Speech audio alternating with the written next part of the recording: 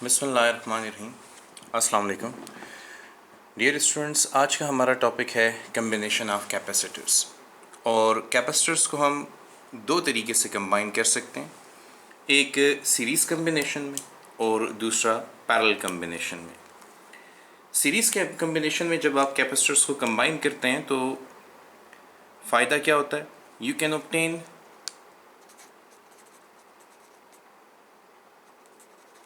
a small capacitor or a small capacitance from large capacitors। और parallel combination का ये फ़ायदा है कि हम इससे ऑब्टेन कर सकते हैं large capacitor from small capacitors. तो इससे आपको अंदाज़ा हो रहा है कि कैपेसिटर कम्बिनेशन पढ़ने का फ़ायदा क्या है। जब भी आपके पास लैब में कभी स्मॉल कैपेसिटर्स हों लेकिन लार्ज कैपेसिटर्स ना हों तो आप उनको पैरेलल कम्बिनेशन में कनेक्ट करके बड़ी कैपेसिटेंस हासिल कर सकते हैं। और अगर आपके पास स्मॉल कैपेसिटर ना हो लेकिन लार्ज कैपेसिटर्स हों तो फिर आप उनको सीरीज़ में कंबाइन करके कैपेसिटेंस की वैल्यू डिक्रीज़ कर सकते हैं। तो ये कैपेसिटर कम्बिनेशन स्टडी करने का फ़ायदा है। तो स्टडी करते हैं इनको। First one is series combination of the capacitor. तो कैपेसिटर्स को आप देख सकते हैं यहाँ पर सीरीज़ कम्बिनेशन में कनेक्ट किया गया है। ये तीन कैपेसिटर्स हैं। You can name them out as C1, C2 and C3। ये तीन कैपेसिटर्स हैं आपके पास और आपने इनको एक सोर्स ऑफ पोटेंशियल डिफरेंस के साथ कनेक्ट किया विच इज़ अ बैटरी जिसका पोटेंशियल है V।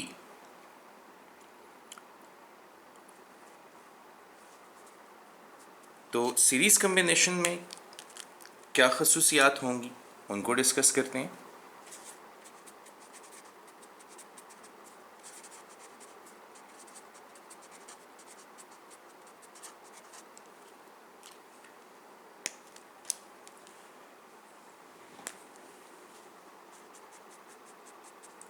सबसे पहले तरीक़ेकार क्या है?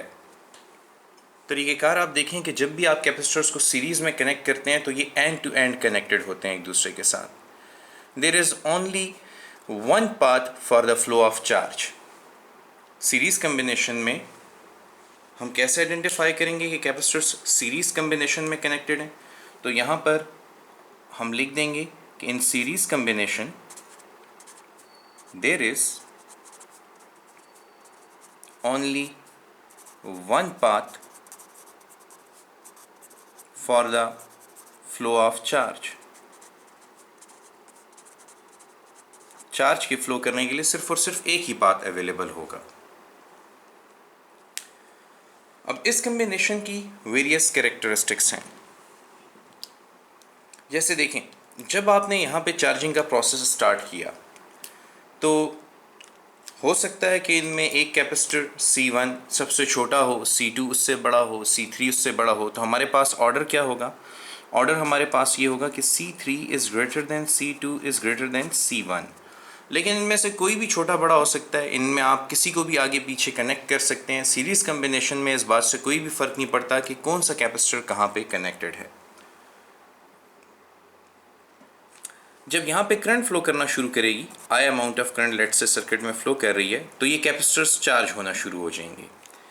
जब ये कैपेसिटर चार्ज होना शुरू होंगे तो यहाँ पर पॉजिटिव चार्ज अपेयर होगा because it is connected to the positive terminal of the battery, और इलेक्ट्रोस्टैटिक इंडक्शन की वजह से यहाँ पे नेगेटिव चार्ज अपेयर होगा।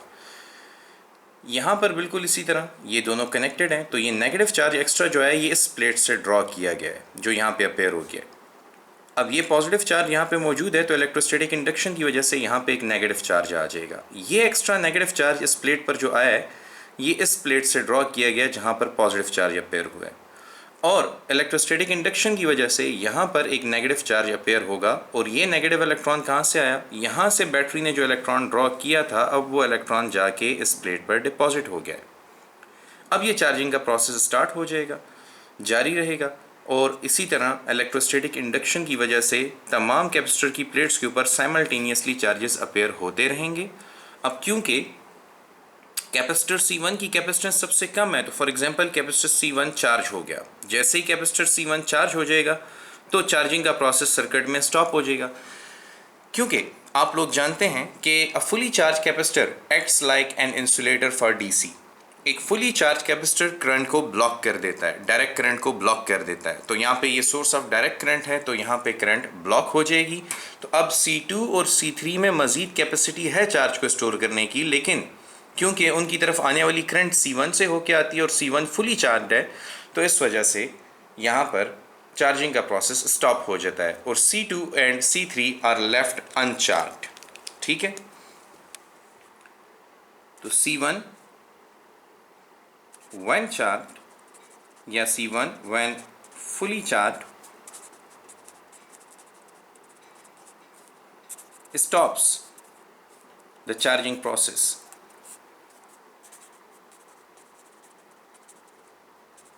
for C2 and C3 as well। जब ये फुली चार्ज हो जाएगा तो C2 और C3 के लिए भी चार्जिंग का प्रोसेस स्टॉप कर देगा। तो अब देखें, सीरीज कम्बिनेशन में लॉजिकली ये बात समझ आ रही है कि कैपेसिटर फुल कैपेसिटी पे चार्ज नहीं हुए, इसीलिए इनके कम्बिनेशन से जो नई कैपेसिटेंस होगी वो इन तमाम कैपेसिटर की कैपेसिटेंस से कम होगी। अच्छा, फर्ज करें कि इस कैपेसिटर को चार्ज करते हुए यहाँ पे जो वोल्टेज ड्रॉप आया है वो V1 है, यहाँ पर जो वोल्टेज ड्रॉप आया है वो V2 है, यहाँ पे जो वोल्टेज ड्रॉप आया है वो V3 है। और क्लियरली जो हमें पता चल रहा है वो ये पता चल रहा है कि तमाम कैपेसिटर्स पर चार्ज की वैल्यू सेम है। तो जब हम इसकी कैरेक्टरिस्टिक्स स्टडी करेंगे तो इन तमाम पैरामीटर्स को मद्देनज़र रखते हुए स्टडी करेंगे।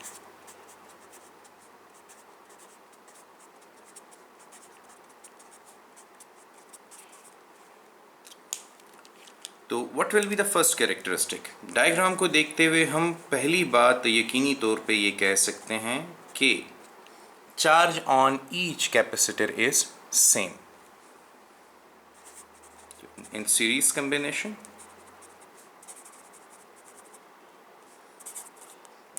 Q1 is equal to Q2 is equal to Q3 is equal to Q। तमाम कैपेसिटर्स पर चार्ज की वैल्यू सेम रहेगी।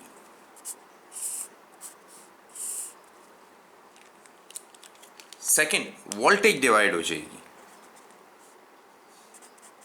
तो चार्ज सेम रहेगा, वोल्टेज डिवाइड होगी। अब वोल्टेज डिवाइड होने की वजह भी समझते हैं। जो नेट वोल्टेज होगी it will be the sum of voltage drop across C1 plus voltage drop across C2 plus voltage drop across C3। अब ये वोल्टेज हर कैपेसिटर के अक्रॉस डिफरेंट होने की वजह क्या है? ठीक है, देखें स्टूडेंट्स, V का अगर फॉर्मूला लिखा जाए from Q is equal to CV, तो this implies that V is equal to Q by C। अब आप नोटिस कीजिएगा कि तमाम कैपेसिटर्स पर जो चार्ज की वैल्यू है वो तो सेम है।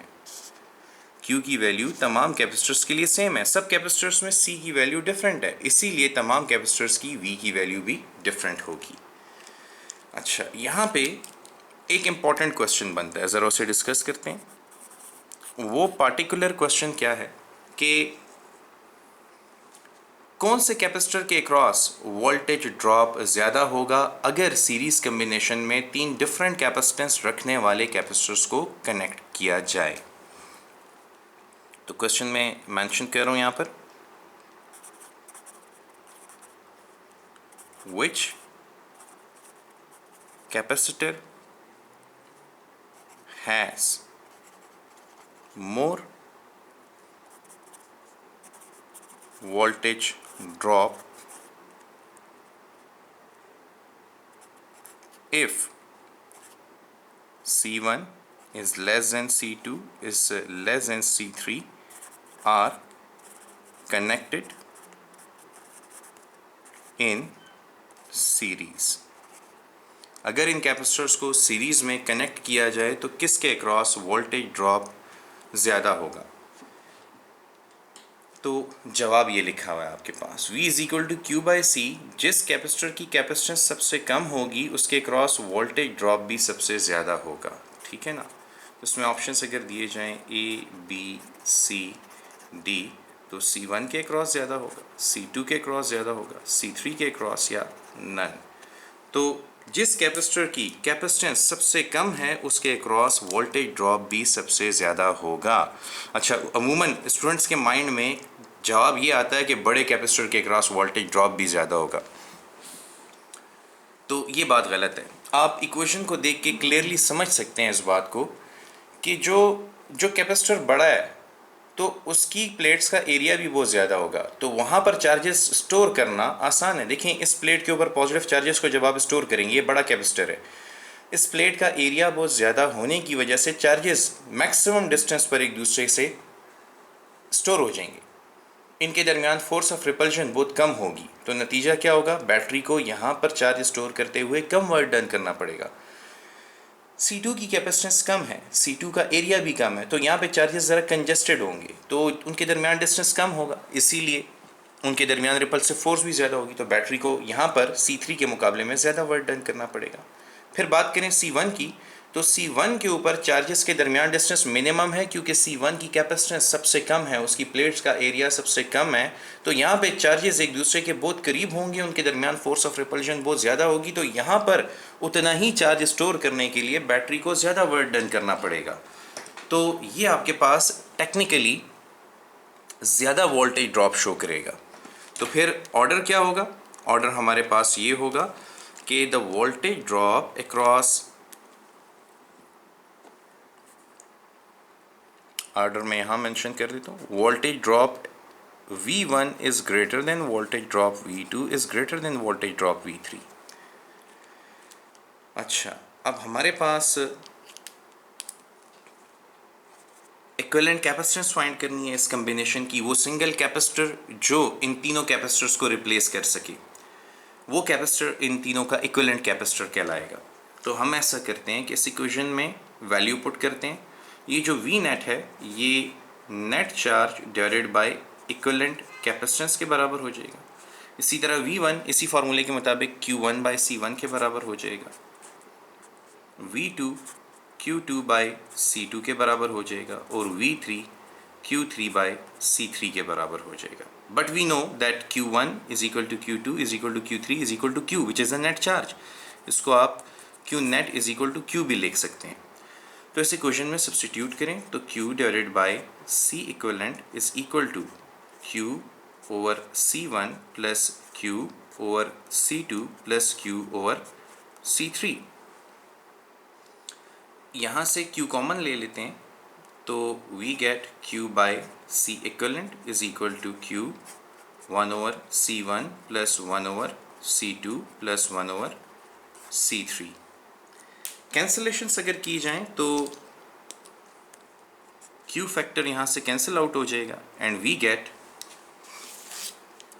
The formula for equivalent capacitance in series combination, which is 1 by C equivalent is equal to 1 by C1 plus 1 by C2 plus 1 by C3। ये आपके पास सीरीज कम्बिनेशन में इक्विवेलेंट कैपेसिटेंस फाइंड करने का formula हो गया।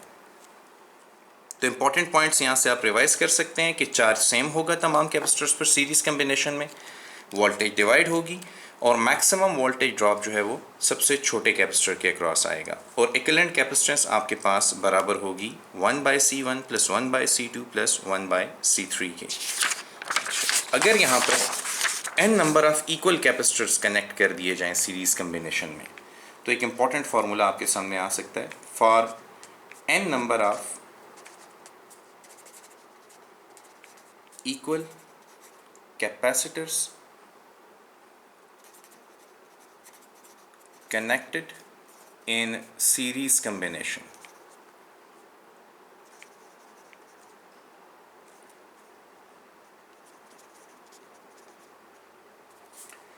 one by C equivalent is equal to 1 over C1 plus 1 over C2 plus 1 over C3 plus up to plus 1 over Cn। अच्छा, अब बात ये है कि हमने तो बताया हुआ है कि where C1 is equal to C2 is equal to C3 is equal to Cn is equal to C, इन तमाम कैपेसिटर्स की कैपेसिटेंस बराबर है।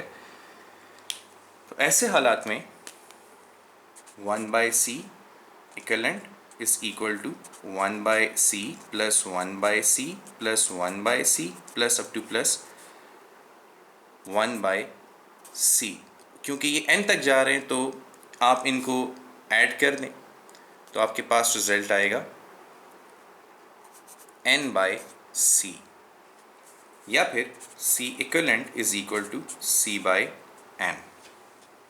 अगर ये 10 होते तो मैं लिखता 10 by C, अगर ये 15 होते तो मैं लिखता 15 by C। तो क्योंकि ये n number of equal capacitors है इसीलिए मैंने लिखा n by C। तो अगर आपके पास equal number of capacitors series combination में कनेक्टेड हो तो आपके पास जो कैपेसिटेंस होगी इक्विवेलेंट कैपेसिटेंस वो C by n के बराबर होगी। फॉर एग्जांपल मेरे पास 3 कैपेसिटर्स कनेक्टेड हैं सीरीज कम्बिनेशन में जिनकी कैपेसिटेंस C1 की लेट्स से 2 माइक्रोफेराड, C2 भी 2 माइक्रोफेराड और C3 भी 2 माइक्रोफेराड। ठीक है, इनको 3 इक्विवेलेंट कैपेसिटर्स को कनेक्ट किया जाएगा सीरीज कम्बिनेशन में। अब देखते हैं कि इनका इक्विवेलेंट कैपेसिटर उसकी कैपेसिटेंस क्या होगी। तो इनके इक्विवेलेंट कैपेसिटर की capacitance according to this shortcut formula C equivalent is equal to C by n। तो C की वैल्यू है आपके पास 2 माइक्रोफेराड डिवाइडेड बाय n की वैल्यू आपके पास 3, इट इज 2 by 3 माइक्रोफेराड। अच्छा, अब एक और इम्पॉर्टेंट पॉइंट यहाँ से हम हासिल कर रहे हैं। आपसे पूछा जा सकता है कि जब आप कैपेसिटर्स को सीरीज कम्बिनेशन में कनेक्ट करते हैं तो इक्विवेलेंट कैपेसिटेंस इंडिविजुअल कैपेसिटर की कैपेसिटेंस से ज़्यादा होती है या कम होती है। जैसे मैं अपने सवाल को अगर एलिबरेट करूँ तो मैं आपसे ये पूछना चाह रहा हूँ कि आपने